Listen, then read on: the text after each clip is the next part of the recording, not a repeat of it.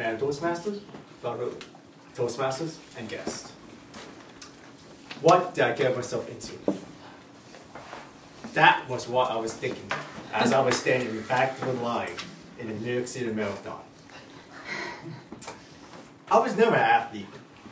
I could barely go around the block.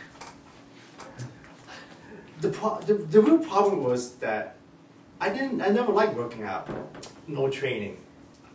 After 20 minutes, I was bored, usually because I was exhausted. Running can be a real stress reliever. However, for me, it was a stress producer. I developed so many injuries while training for a marathon. I developed shin splints, knee pains, chafing in places that I never knew you could chafe. Blisters, ingrown toenails, you can name it. And that's part of the reason why I undertrained for this event. During my marathon, I was completely underprepared and unprepared for this event. I was wearing a belt with a camera on it, with extra battery packs, with nutrition supplements, and water bottles on my back. I didn't know they give that in race course. And that probably weighed me down. In addition, I was having to go to the bathroom and pee every 20 minutes. It was cold, and it gave water out at each half mile. I was taking down everything I can. As we were running up New York City, I was amazed by the neighborhoods of Brooklyn, Manhattan, Queens, and Bronx. I never knew how amazing New York City was. I was taking in all the sights, sounds of New York City, which I had never, ever seen before.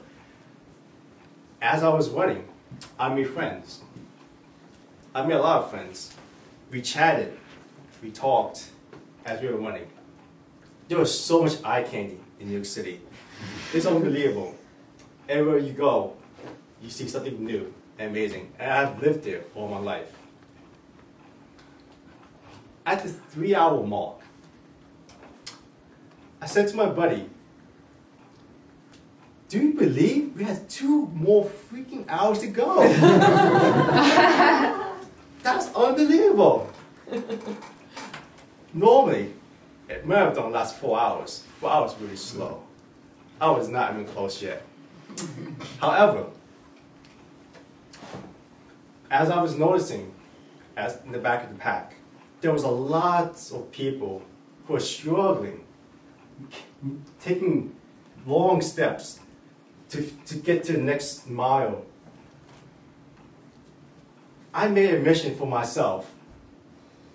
I would be the cheerleader for these people who are struggling. I said to them, "Come on, there's only 2 more miles to go, or 5, or 6. We got this. We got this together. You could kick ass. We could kick ass together." I was jumping up and down, telling jokes. However, looking back at it, I wasn't sure if I was helping them or pissing them off. The spirit and determination of these people at the back of the pack made me forget my pain that I was in. And believe me, I was in a lot of pain. I knew going 5 to 6 hours in a marathon is hard, and it will hurt. And in addition, going to the bathroom every 20 minutes added another 5 to 6 miles to my race. My inner voice was telling me before I started the marathon that I could do this regardless of anything. I will finish this race. However, now, my inner voice was telling me, "Why the hell are you doing this? What are you doing here?" And I was telling myself, you have a metric card, take the subway home now. This crossed my mind every time I passed the mile mark. However, I did finish the race. It was by far the biggest accomplishment I ever did in my life at that time.